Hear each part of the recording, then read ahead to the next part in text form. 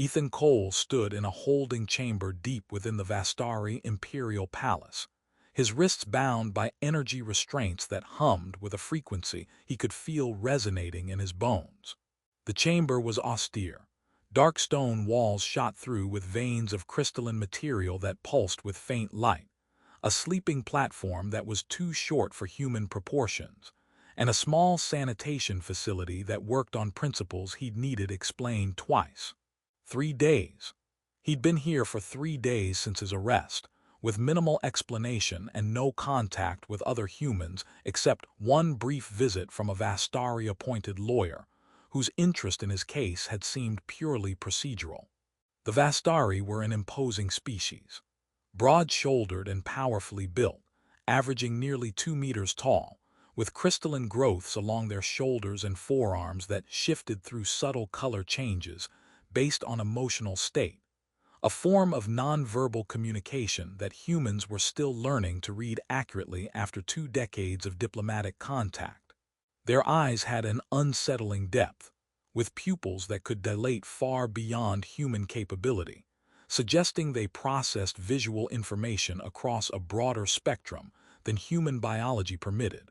Their empire spanned dozens of systems, their culture built on rigid codes of honor, and a legal system that operated with principles human lawyers found both admirable and terrifying in their efficiency. Justice was swift, punishment was certain, and procedural protections were minimal by human standards. The Vastari believed that truth should be obvious, and that excessive legal maneuvering was dishonorable. Ethan had been working on the Vastari colony world of Keshar for 18 months as a civilian trade negotiator, facilitating agreements between human merchant concerns and Vastari resource management authorities. The work had been routine, occasionally tedious, generally safe. He'd built working relationships with several Vastari officials, learned basic customs, started to feel competent navigating the cultural complexities, until one of his primary counterparts, a mid-level administrator named Thuron Velkashar, was found dead in his office under circumstances that pointed directly at Ethan as the responsible party. Ethan had found the body. He'd been the last person documented meeting with Thuron. The security footage showed him entering Thuron's office at the approximate time of death, and investigators had discovered communications between them that could be interpreted as indicating conflict over trade agreements. The evidence was circumstantial but damning in aggregate: motive, means, opportunity, and presence at the scene. Ethan hadn't killed Thuron. He was absolutely certain of that. But someone had wanted it to look like he had, and someone had done an exceptionally thorough job of constructing that appearance.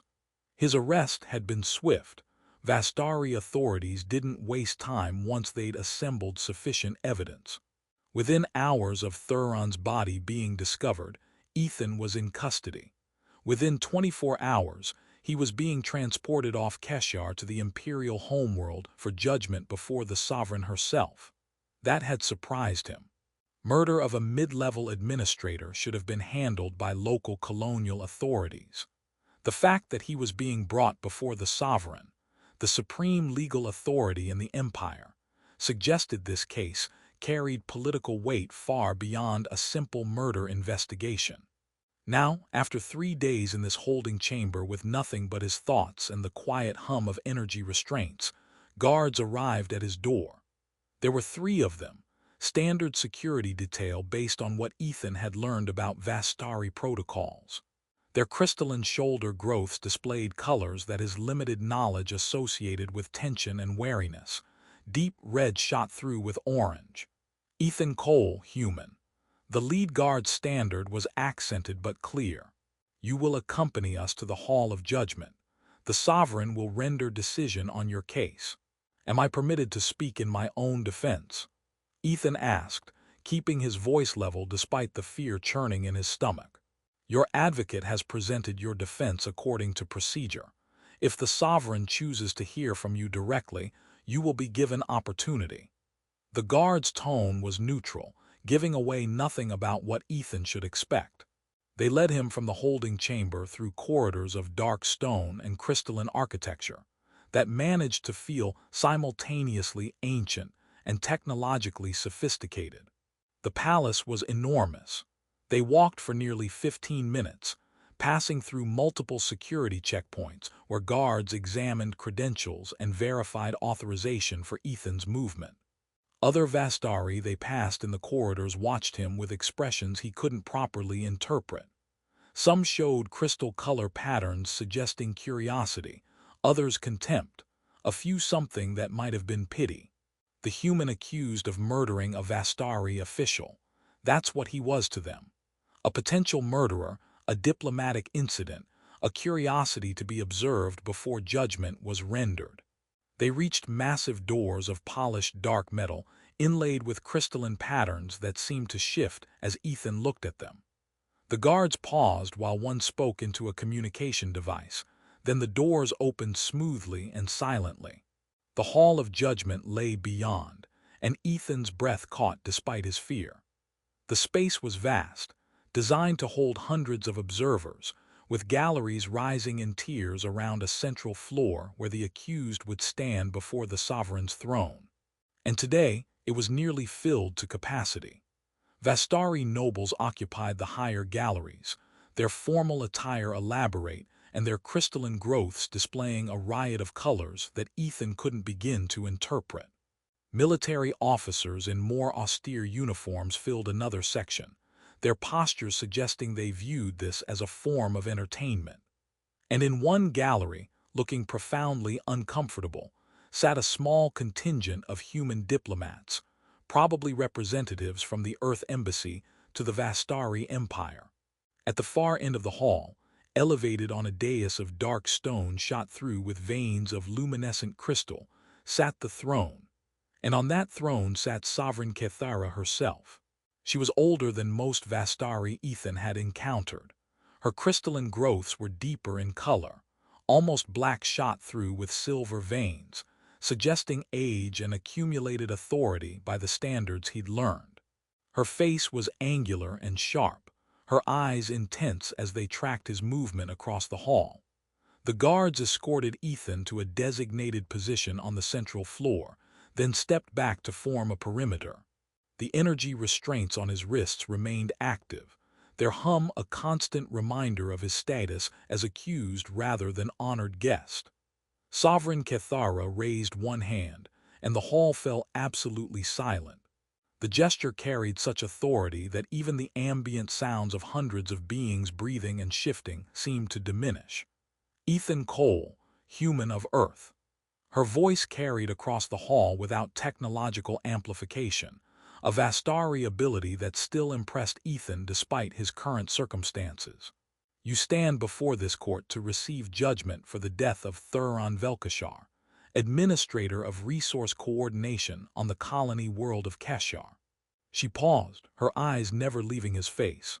The evidence against you has been reviewed by this court. Testimony from witnesses has been heard. Your advocate has presented defense on your behalf. All procedures required by our law have been completed. Another pause. Do you have anything to add before judgment is rendered? Ethan's mind raced. His assigned advocate, a Vastari lawyer named Sereth, had presented what felt like a minimal defense. Ethan claimed innocence. The evidence was circumstantial. Human Vastari cultural differences might explain apparent inconsistencies in his behavior. It had been technically competent and utterly unconvincing. I didn't kill Thuron Velkashar, your sovereignty. Ethan kept his voice steady despite his racing heart. I found his body. I was the last documented visitor to his office, but I didn't kill him. Someone went to considerable effort to make it appear I did, but I'm innocent of his death. So you maintain. Sovereign Kethara's expression was unreadable. The evidence suggests otherwise with probability sufficient for conviction under our law. Ethan felt his last hope crumbling. This was it. He was about to be convicted of a murder he didn't commit, in a legal system that didn't permit appeals, by a species whose concept of justice moved too swiftly for his human sense of due process. But then the sovereign spoke again, However, that single word made the entire hall tense. Ethan could see it in the sudden stillness of the observers, in the rapid color shifts of crystalline growths throughout the galleries. You are human. Your species is still new to our empire, still learning our customs and codes, still, perhaps, not fully understood by us. She stood, descending from the throne with movements that were simultaneously graceful and commanding. And there is ambiguity in certain elements of the case that cannot be dismissed entirely.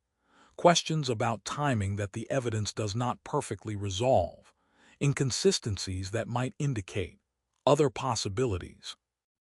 She walked to the edge of the dais, looking down at Ethan from a position of physical and symbolic elevation. Therefore, I invoke an ancient right rarely used in modern proceedings, choice judgment. You will be given options, Ethan Cole. The consequences of each are absolute and cannot be appealed, but the choice among them is yours alone to make. A ripple of reaction moved through the hall, surprise, even shock, based on the sudden color changes in crystalline growths throughout the galleries and the barely suppressed murmurs from the observers. Apparently, this was unexpected, perhaps unprecedented, and Ethan had no idea what it meant or what was about to happen. Sovereign Kethara returned to her throne, settling into it with deliberate formality that made the gesture feel ceremonial. The hall remained tense, silent except for the quiet rustle of observers shifting position to better see and hear what was about to occur. 3 paths are offered to you, Ethan Cole. The sovereign's voice carried absolute authority. Each carries consequences that are final and binding, but the choice among them belongs to you, not to this court, not to your advocate, not to the diplomatic representatives of your species. She gestured, and a holographic display materialized in the air between them, showing text in both Vastari script and standard translation. First path, accept conviction. You acknowledge the evidence against you and accept judgment as guilty of Thuron Velkashar's murder. You will be executed according to our law within 3 days. Her tone was matter-of-fact, as if discussing routine administrative procedure rather than Ethan's death.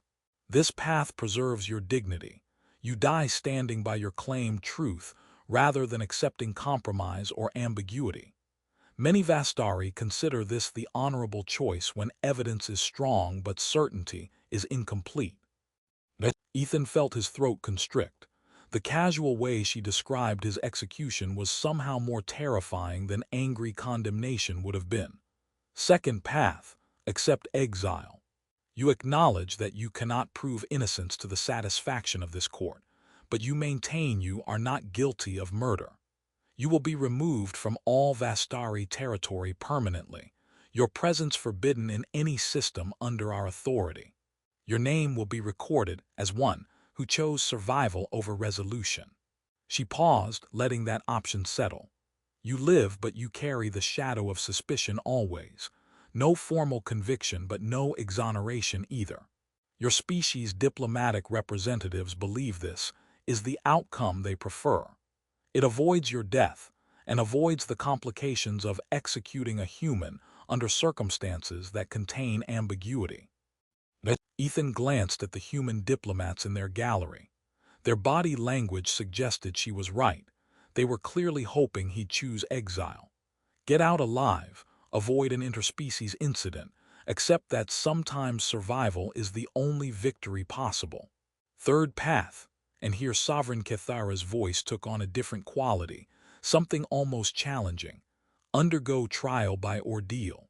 This is an ancient custom, rarely invoked in modern times but never formally abolished. Our ancestors believed that truth could be proven through tests that measure character and integrity, rather than mere evidence. She stood again, walking to the edge of the dais with her eyes fixed on Ethan. If you choose this path, you will face 3 trials designed to reveal your fundamental nature. Physical challenge, mental challenge, and spiritual challenge, each structured to test qualities we associate with innocence versus guilt. If you survive all 3 and demonstrate the character we would expect from one who is truly innocent, You are cleared absolutely. Your name is restored, and those who falsely accused you face consequences for their deception. Her expression hardened. But if you fail any of the trials, you die, and your death is interpreted as confirmation of guilt. You will have failed to demonstrate the qualities that innocent beings possess. You die not as one who maintained innocence despite conviction, but as one proven guilty through your own inadequacy. The holographic display updated, showing symbolic representations of the three paths. A blade for execution, a door for exile, 3 ascending platforms for the trials. These are your choices, Ethan Cole. Each path is permitted under our law. Each path resolves the ambiguity of your case in different ways. Sovereign Kethara returned to her throne one final time. I will pause now. The court will hold absolute silence. The decision is yours, and no voice will speak until you have made it. She settled into the throne and went completely still, her crystalline growth shifting to a neutral gray-blue that Ethan's limited knowledge associated with patience or waiting. And the hall fell silent. Not just quiet, absolutely silent. Hundreds of beings all frozen in place, all watching Ethan with varying expressions of curiosity, contempt, hope, or calculation. The human diplomats looked desperate for him to choose exile. The Vastari nobles seemed to expect execution as the honorable choice. The military officers watched with the detached interest of those witnessing a test they had no stake in. Ethan stood alone on the central floor, bound by energy restraints, facing 3 choices that would determine whether he lived or died and how he would be remembered. His mind raced through the options with desperate clarity. Execution was simple in its horror. Accept death, preserve dignity, die maintaining his innocence even if no one believed it. There was a terrible clarity to that path. It ended uncertainty, ended fear, ended the nightmare of being falsely accused. But it also ended everything else. His life, his future, any chance of proving the truth or seeing justice served for Thuron's actual murder. Exile offered survival at the cost of permanent suspicion. He'd live, but he'd carry the shadow of murder accusation for the rest of his life. Return to Earth or find some human settlement, always wondering if people believed he was guilty, always knowing he'd chosen survival over resolution. It was the pragmatic choice, the safe choice. The choice that got him out of this hall alive and let him build some kind of future, even if that future was tainted by unanswered questions. The trials were the gamble. Prove his innocence through tests he didn't understand, designed by a culture alien to him in every sense. If he succeeded, he was cleared completely, vindicated, restored with those who framed him facing justice. If he failed, he died with his guilt apparently confirmed rather than merely suspected. It was the choice that risked everything but also offered complete resolution.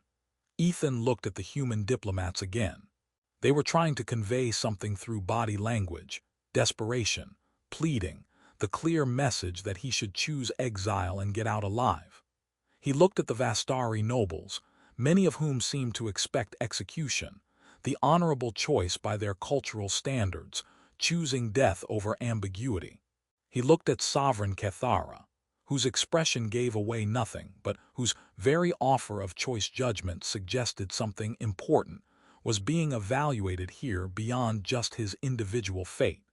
And Ethan realized what was actually being tested. This wasn't just about him. This was about what humans were, what they valued, how they made decisions under impossible pressure. The sovereign could have simply convicted him based on the evidence.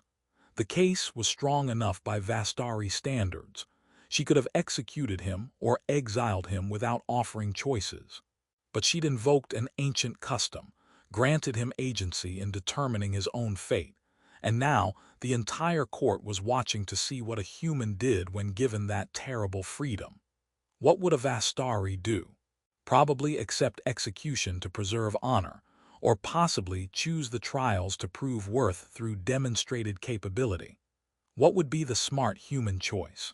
Probably exile, survive, regroup, build a new life away from this nightmare. What did Ethan's conscience demand? He took a deep breath and spoke clearly enough for the entire hall to hear. "I choose the trial by ordeal, your sovereignty."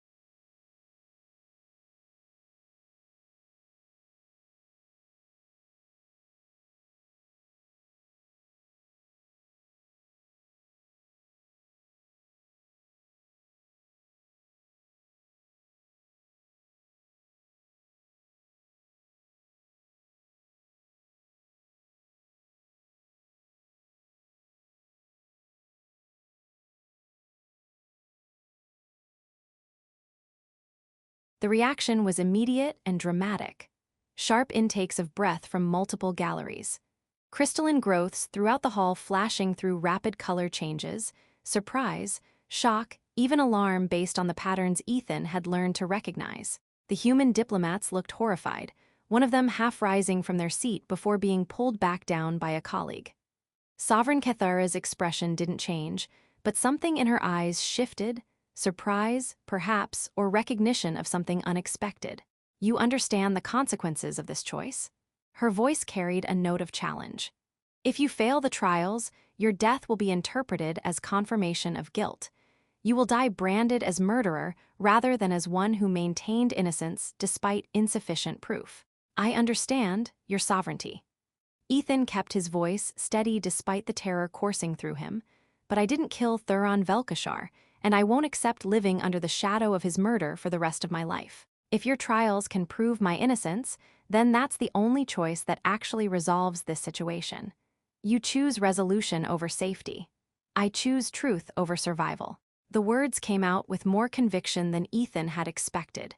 Exile just delays the question without answering it. I'm either innocent or I'm dead. Those are the only outcomes that have meaning. The sovereign stood slowly, deliberately, her movements carrying weight that made the gesture feel significant beyond mere physical motion. Bold choice. Foolish, perhaps, but bold. She addressed the hall, her voice rising to carry to every gallery. Ethan Cole, human, has chosen trial by ordeal over execution or exile. He will face 3 tests designed to measure character, truth, and worth according to our ancient customs. The trials begin at dawn tomorrow. She turned her attention back to Ethan. "Until then, you will be held in formal custody with the dignity accorded to one who has chosen to prove innocence rather than accept compromise. The energy restraints will be removed. You will be provided appropriate quarters and sustenance. Guards will attend you, but you are no longer treated as convicted criminal. You are now recognized as one undergoing trial, and that status carries different protocols." She made a gesture, and the energy restraints on Ethan's wrists deactivated with a soft tone, falling away and being collected by one of the guards. The sovereign descended from the dais, approaching Ethan with steps that brought her close enough for relatively private conversation despite the watching crowd. "You surprise me, human," she said quietly. "Your diplomatic representatives expected you to choose exile. Most of your species would have chosen survival over principle, based on our understanding of human behavior. Why did you choose the trials?" Ethan met her eyes, refusing to be intimidated by her proximity or her authority. "Because someone killed Thuron and went to considerable effort to make me appear guilty. If I accept exile, that murder goes unpunished and the real killer remains free. If I prove my innocence through your trials, you're obligated to investigate who actually killed him. That matters more than my personal survival." For the first time since Ethan had entered the hall, Sovereign Kethara's expression showed clear emotion. Approval. "Interesting answer. You think beyond your own fate to the implications of your choice. That demonstrates a quality we value." She studied him for a moment longer. "We will see if your character matches your words when you face the trials." She turned and walked back to her throne, addressing the hall once more. The judgment session is concluded. The human has chosen his path. We convene again at dawn tomorrow to witness the first trial. Guards escorted Ethan from the hall, but their demeanor had changed. Their crystalline growths now displayed colors suggesting respect rather than mere wariness, and their physical positioning was protective rather than restraining. They brought him to different quarters, still clearly a form of custody, but far more comfortable than the holding chamber. The space had proper furnishings, a bed sized for human proportions, even a small window overlooking part of the palace grounds. "You may move freely within these quarters," one of the guards informed him. "Sustenance will be provided according to human dietary requirements. If you require anything to prepare for tomorrow's trial, speak your needs and we will determine if they can be accommodated." After the guards positioned themselves outside his door, Ethan collapsed onto the bed, his body shaking with delayed reaction to what he'd just done. He'd chosen to undergo trials that could kill him, designed by an alien culture, testing qualities he didn't fully understand. The smart choice had been exile, safety, survival, but he'd chosen the trials because accepting permanent suspicion felt worse than risking death, because Thuron deserved justice, because proving his innocence mattered more than simply staying alive. Had he made the right choice? He honestly didn't know. But he'd made the choice his conscience demanded, and now he'd have to live or die with the consequences. A soft chime at the door. Ethan called permission to enter, expecting a guard. Instead, one of the human diplomats entered, an older woman whose embassy credentials identified her as Ambassador Chen, senior human representative to the Vastari Empire. "Mr. Cole." Her expression was a mixture of concern and frustration. "That was either the bravest or most foolish decision I've witnessed in 20 years of diplomatic service." "Probably both," Ethan admitted. "The trials are designed for Vastari physiology and psychology. They haven't been administered to a human before. You may face challenges that are literally impossible for your biology to overcome." She sat in a chair across from him, her posture suggesting exhaustion. "Why didn't you choose exile? We had negotiated the terms. You'd have been home in a week, free to rebuild your life." "Free to rebuild my life while everyone wondered if I'd murdered someone and fled to avoid justice." Ethan shook his head. "I can't live with that, Ambassador. And more importantly, someone actually killed Thuron. If I take exile, that person faces no consequences. And if you die in the trials, you face permanent consequences that make justice for Thuron irrelevant to you personally." "Maybe. But the Sovereign said that if I prove innocent through the trials, those who falsely accused me face consequences. That means investigation into who actually constructed the evidence against me. That investigation might reveal Thuron's real killer." Ethan met her eyes. "That matters even if I die attempting to prove it." Ambassador Chen was quiet for a moment, studying him with an expression that suggested reassessment. "You've changed the dynamic of this situation, Mr. Cole. The Vastari were prepared to convict you, execute or exile you, and move on. Your choice of trials has forced them to take your claims of innocence seriously. Or I die tomorrow and confirm their original assumption that I was guilty. Yes, that's also possible." She stood. "I can't help you with the trials themselves. They're designed to be faced alone. But I want you to know that your choice has impressed certain members of the Vastari court. The Sovereign's offer of choice judgment was itself unusual. Your selection of the most difficult path has created respect, even if it's accompanied by expectation that you'll fail. Not exactly encouraging, Ambassador. No, but it's honest." She moved toward the door. "Get whatever rest you can. Dawn comes early, and the first trial will test you in ways you can't fully prepare for." After she left, Ethan tried to sleep but found it nearly impossible. His mind kept cycling through what might come tomorrow, physical challenges he couldn't anticipate, mental tests designed for alien psychology, spiritual trials he didn't understand. He'd chosen this path, chosen truth over survival, resolution over safety. Now he'd discover if his conscience had demanded more courage than he actually possessed. Dawn would bring the trials, and Ethan would face them knowing he'd made the choice that mattered more than simple survival. He'd chosen to prove his innocence or die trying. The court had held its breath while he decided. Tomorrow, he'd discover if that decision had been wisdom or fatal foolishness. Dawn came with a guard's polite knock and the announcement that the first trial would begin in 1 hour. Ethan was provided a simple meal, human-compatible nutrition that suggested someone had researched his dietary needs, and basic clothing suitable for physical exertion. When guards escorted him back to the Hall of Judgment, he found the galleries even more crowded than the previous day. Apparently, word had spread that a human was undergoing the ancient trials, and observers from across the imperial court had come to witness the spectacle. Sovereign Kethara sat on her throne, her crystalline growths displaying the neutral gray-blue of official judgment. She acknowledged Ethan's arrival with a slight nod, then addressed the hall. The human Ethan Cole has chosen trial by ordeal to prove his innocence of murder. 3 trials will test his character, truth, and worth according to our ancient customs. The first trial begins now. A section of the hall's floor opened, revealing a chamber below that Ethan hadn't known existed. Guards gestured for him to descend, and he found himself in a large space filled with what appeared to be fine sand and scattered obstacles.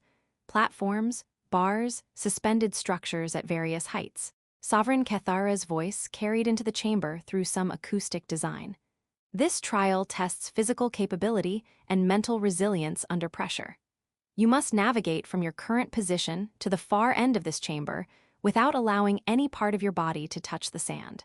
If you touch the sand, you fail. If you fail, you die.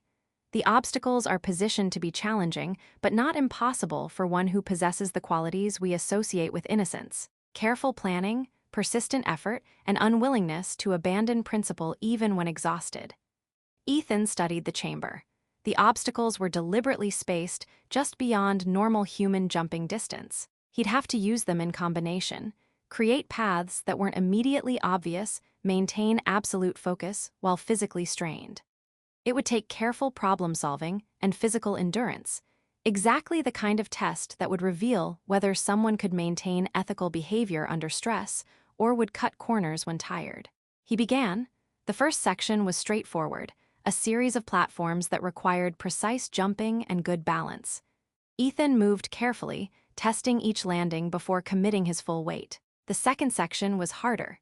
Suspended bars that required him to swing from one to the next while maintaining enough momentum to reach, but not so much that he'd overshoot and fall. His shoulders burned with the effort, his hands started to slip from sweat.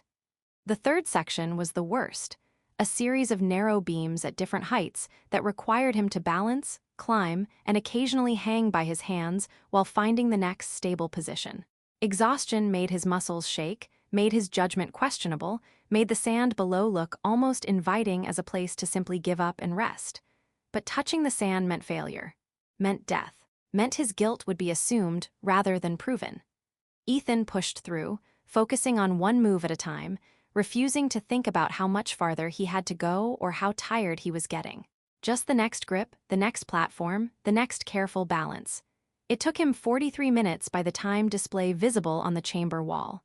His clothing was soaked with sweat, his hands were bleeding from gripping rough surfaces, his entire body shook with exhaustion. But he reached the far end without touching the sand. Guards helped him out of the chamber, a courtesy he appreciated since his legs barely functioned. They provided water and a brief rest while the hall's floor was restored to normal configuration. Sovereign Kethara spoke. The first trial is complete. The human demonstrated adequate physical capability and mental persistence. The second trial begins in 1 hour. That hour passed too quickly. Ethan's body started to recover from the physical exertion, but his mind remained anxious about what came next. The second trial took place in a smaller chamber accessed through a different entrance. This space was austere, bare walls, a single chair, and a device that Ethan didn't recognize positioned in front of the seating. This trial tests psychological resilience and ethical reasoning under emotional pressure, Sovereign Kethara explained. The device will project stimuli designed to provoke fear, anger, guilt, and other emotions that compromise judgment. You will be presented with scenarios requiring decisions. Your responses will be evaluated for consistency with innocent character versus guilty character. She paused. You will experience 6 hours in this chamber. There is no physical danger, but psychological assault can be as destructive as physical harm. Maintain your ethical reasoning and demonstrate that your claimed innocence reflects genuine character rather than convenient performance. The door sealed and the device activated. What followed was 6 hours of psychological torment that made the physical trial seem almost pleasant in retrospect.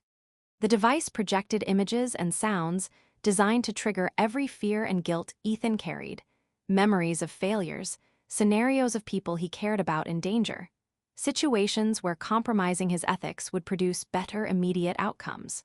And throughout, it presented decisions. Would he lie to protect someone he loved? Would he harm an innocent to save others? Would he abandon principle to avoid suffering?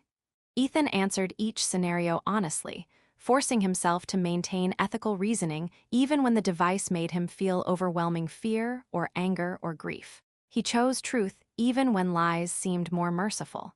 He refused to harm innocents even when the projected scenarios suggested it would save others. He held to principles even when the emotional manipulation made him want to surrender to expedient choices. When the 6 hours finally ended and the door unsealed, Ethan stumbled out mentally exhausted in ways that made the physical trial's demands seem trivial. His hands were shaking, his thoughts felt fractured, but he'd maintained consistent ethical reasoning throughout. Sovereign Kethara reviewed data from the device with several advisors, then announced, "The second trial is complete. The human maintained ethical consistency throughout psychological assault.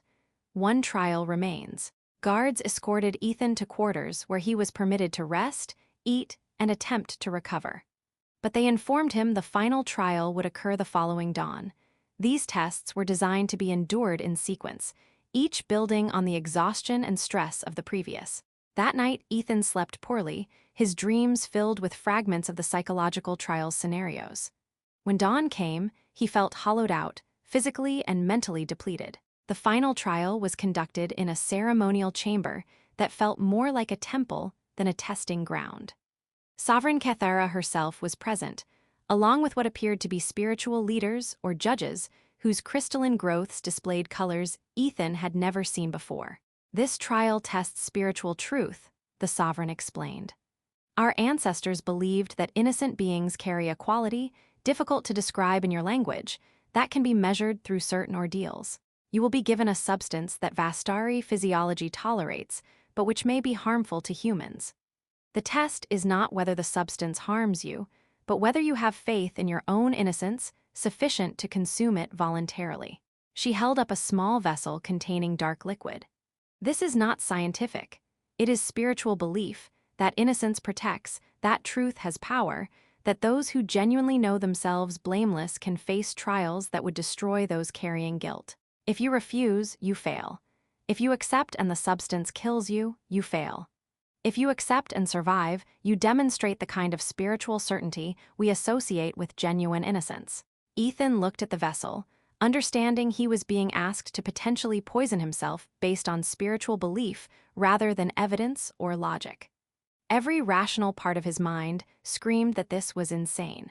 He had no idea what the substance was, how human biology would react to it, whether innocence had any bearing on physiological response to alien compounds. But he'd chosen the trials, chosen to prove his innocence through tests designed by this culture according to their beliefs. He took the vessel and drank. The taste was bitter, medicinal, with an aftertaste that made his throat burn. For several seconds, nothing happened. Then his stomach cramped violently, his vision blurred, and pain radiated through his entire body like fire in his veins. Vastari medical personnel were present.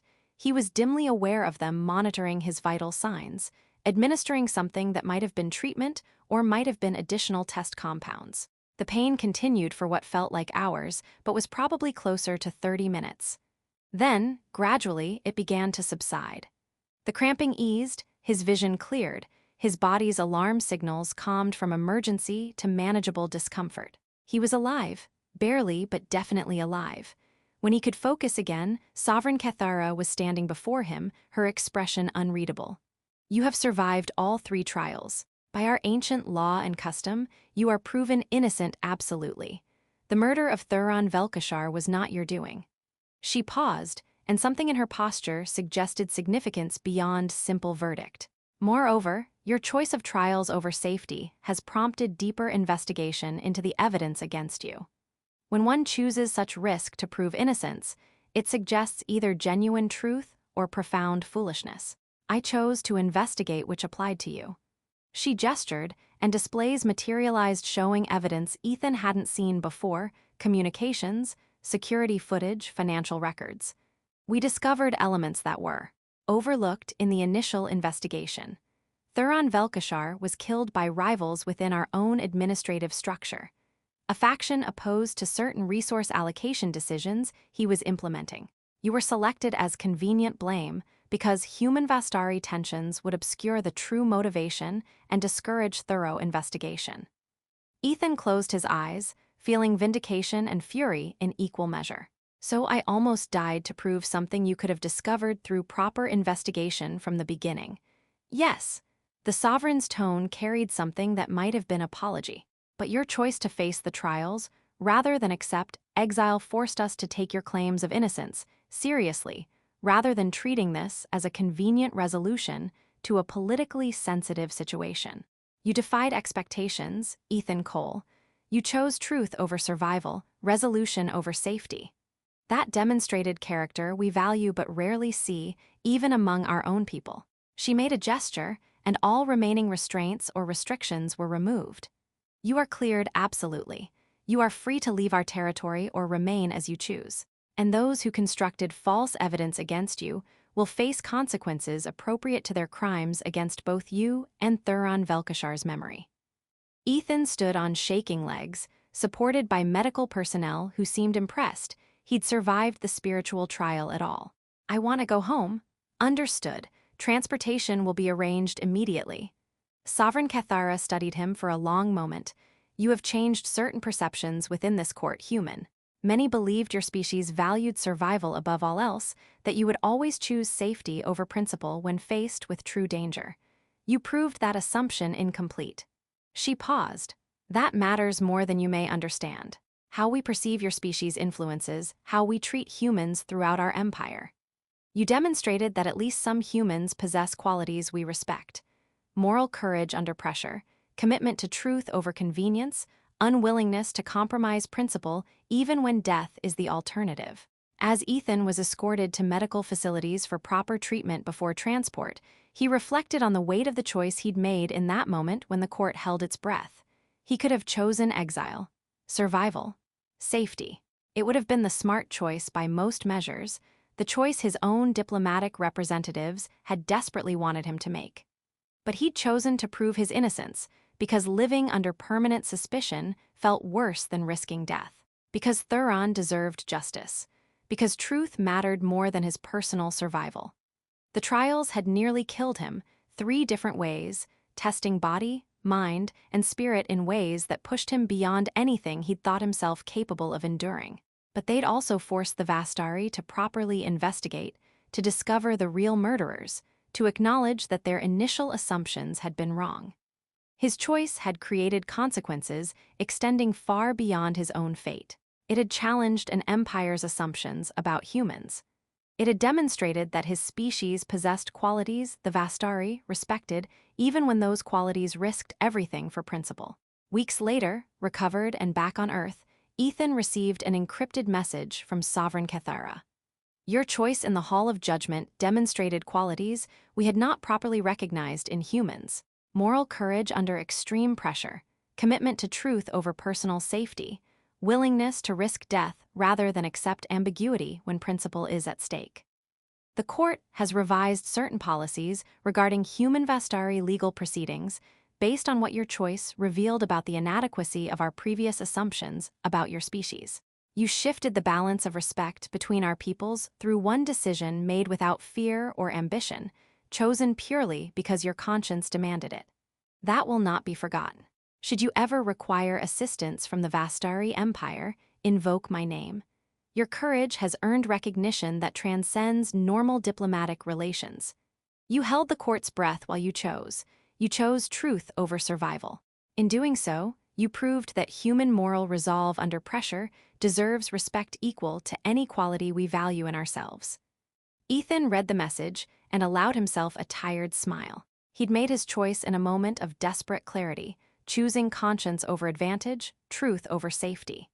And somehow, that single decision, made by one human in one moment, had resonated beyond his individual fate, shifting how an entire empire viewed his species. The court had held its